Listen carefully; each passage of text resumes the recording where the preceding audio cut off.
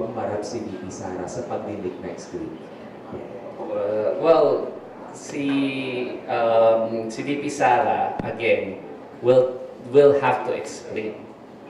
Ang tandaan po natin ang constitutional provision is constitutional provision on accountability. Mag-explain ka. Ang tanong ko po is, bakit ba allergic si Sara Duterte matanong? At bakit ba allergic si Sara Duterte na sumagot sa mga tanong? Nadatanong siya, nagagalit siya. Tinatanong siya dati sa mga hearings, even in her budget, nagagalit siya. Magto-throw siya ng fit, magta-tantrums doon na parang spoiled brat, no? So, ang fearless forecast ko, hindi siya attend. Pero kung attend siya, palagay ko hindi niya sasagutin yung mga tanong. She will again throw an attitude out there and claim that this is all political. So, kaya pupusta ako dyan.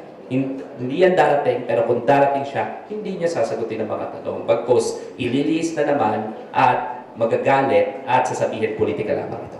Pero sa inyo mong opinion, dapat po siyang humarap doon.